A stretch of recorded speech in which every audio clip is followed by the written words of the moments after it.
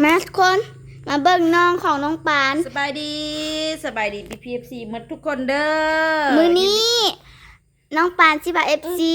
มาเบิ่งน้องของน้องปานเอาแคลออกเด้อฟันถอนฟันค่ะนี่เอาอันมันแคลออกนี่นะแม่น้องปานเอาแคลออกได้1อันแล้วสิเอาอันที่2ออกเลยเด้อแคลดีหลายจนเลือดบ่อยากออกทุกคนมาถอนฟันค่ะถอนฟันให้อังเปาน้องของน้องปานบอกให้เด้อคนเก่งเนาะไม่เอ้ย1 2 1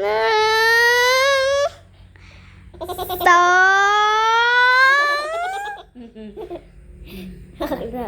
เอาเก้าจะไม่บนบิ้งแม่1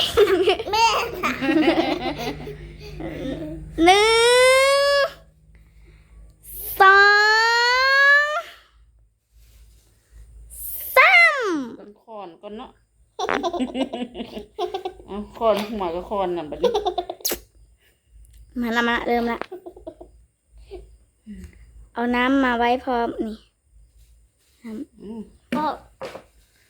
นึกเดี๋ยวได้แควงามเนาะแมงกินจนทุกคนน้องของน้องปานนะแควเป็นแมงกินจนเบิดแมงกินขนมหลายเด้แม่นกินเม็ด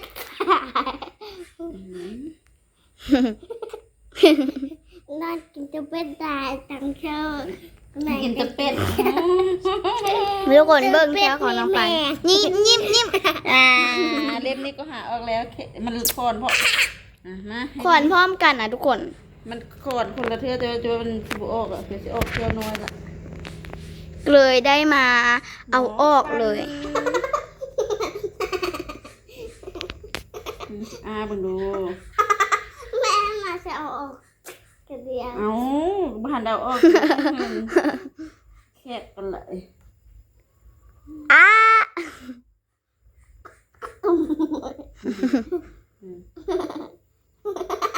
มือจับซื้อยังจะออกได้เราเบิร์ดดูยิ้มงามๆดูยิ้มงามๆดูงามมือขอดมือก่อนไหมค่อยหูจังว่าเอาออกสักแบบนี้โอ๊ยเมื่อยละก่อนจะเอาเคี้ยวออกได้ก่อนจะถอนฟันได้จะเฮ็ดเป็ดประเดี๋ยวกับยันจิบเนาะโอ้ยใส่พลังนี่ใช่ไห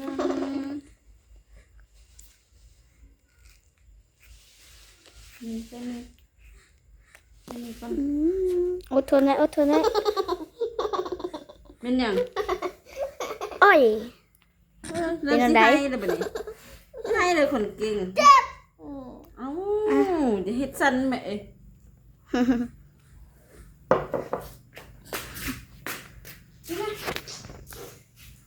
จะมากินสิพาไปรอบบุญกินเจียงก็นี่วะแล้วน้องปันจิถ่ายคลิปให้เบิ่งเด้อมากินเลือดตัวเองจับปลาหมึกทิพย์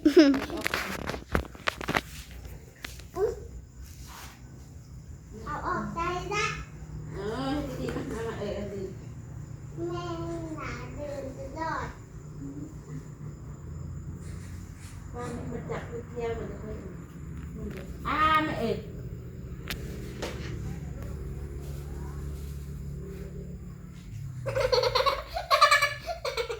เด้อบนไม้ละบนไม้โอ้เป็นหนังสมักน้ำลายตัวเองเด้อโอ้ยเล่มที่2นี่คือยากแต่ว่าเนาะ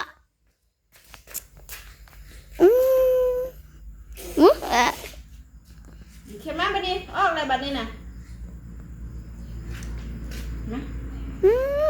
จากมันเคี้ยวงามทีเดียวเนาะพอแล้ววะพอแล้วอ่ะ ดึงเอาแม่เก่งเข็มมา ก็แข็งแข็ง เข็มมาอันแม่ให้เอ็ดให้เป็นบ่เจ็บลูกเฮ็ดเองมันเจ็บแม่ค่อยๆ 1 2 3ปึ๊ดเลยเนาะ อ้าวจับแควหันใดนะ จนโอได้ ฟ้าวแมว ป้าทุกคนเลือดเต็มเลย เดี๋ยวสิแต่แม่นเลือดไม่มีเลือดจ้ะเนาะ มุยวะ ขอดเงินเงักเลยไหมเลยแม่น้อย แอนน้อยก้มนอน ดีๆนะแข็งแข็งต้องใส่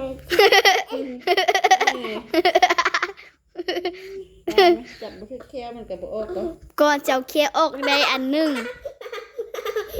เมี่ยง นี่ดิใจว่าบ่มีเลือดแม่ มันสิออกแล้วพอจะหยุดแพงมันวะบ่แพงมันวะมันสิออกวะเห็นไหมมันสิแข็งเข้าคือเก้าก็นี่สิออกเลย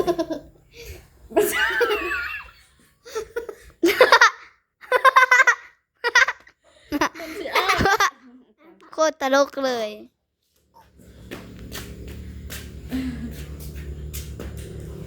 มาดิแล้วก็เขาเงี่ยงแม่เงี่ยงแล้วมันบ่ออกก็มันอายก็เห็นไหมเนี่ยสิลูกเองมะนี่เห็นไหมสินะ เหงี่ยงแล้วมันบ่ออกมันอายก็เว้น เห็นไหมปะเนี่ยเดี๋ยวมาบัดนี้ก็ออกเลย1 2 3นับเลยเอาให้ดีๆไม่เอ่ยเบิ้งแค่นี้อันยิงแค่ให้ FC เบิ้งดึก นี่โอ้ยงามทีเดี เป่าจะได้แค่งามแค่ไม่เลยเด้อเอาแค่ขี้ลายแค่แมงโอ้ค่ะเด้อ เอน้อยโอ้ปัดเอน้อยเลยฟ้าแม่ เอน้อยกินนมแม่ โอ้ยฟ้าสันไม่อาย FC เด็กก็เอ้ยนี่เลยแม่จับให้บ่ถือมันจับแค่เรื่องสิยากกันเลย แอม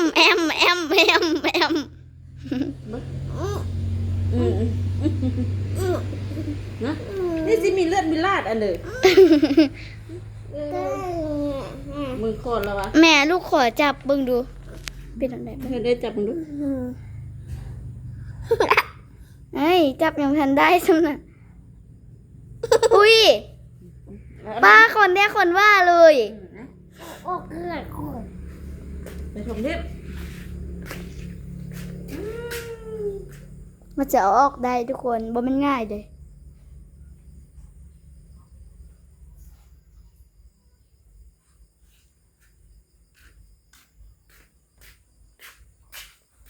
ดึงเอาออกเองนี่จะไปขายที่บริษัทมาคำว่านะ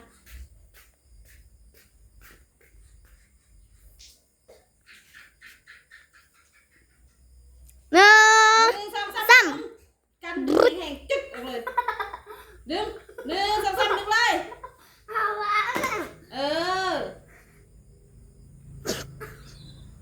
ดึงกันแจนอาเจ็บมาสิเจ็บมาอย่าไปเอาเสื้อเซ็ตเมย์ มันตอนมันเอาออกจากงามันคือที่มันเจ็บ เอาดีๆไป นอนเสียงกับ ดีๆไปเลยนะดีๆไม่ไหมแม่จับก่อนไหมนี่ตกแล้วออก ป้าทุกคนจะออกแล้วฟันล่วงแล้ว มา ฟันหลุดแล้วจ้า บังดูยิงแค่โอ้บังดูบังเอาแคมให้ FC บัง เอาเบสที่ฝ่ามือให้ FC เบิ่งดินี่ออกมาแล้วเด้อ โอ้เก่งแท้เด้ เก่งเด้อบอกให้เลยเนาะเก่งที่ได้แควงามแล้วแบบนี้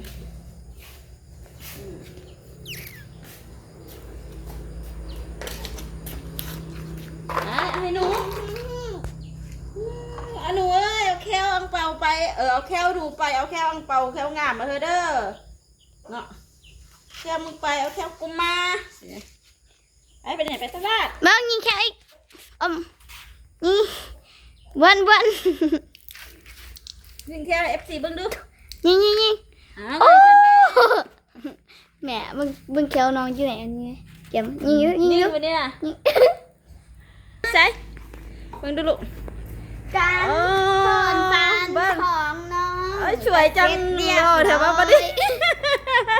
สิบ่อายบ่เป็นอย่างนี้นะ ใส่บ้ายน้องสิอายหยังวะดิสิได้แควงามเนาะเบิ่งเบิ่งดูลูก เก่งหลาย เก่งนะบอกให้จักบาทเลยเนาะสิได้แควงามเด้อ น้องบ่ อ้า แม่ ว ทุกคนสำหรับคลิปนี้น้องปัดที่ฝาก FC กดไลค์กดแชร์กดติดตามให้แม่ลูกของเฮามีกำลังใจเฮ็ดคลิปต่อๆไปเด้อบ๊ายบายแล้วพบกันใหม่คลิปหน้า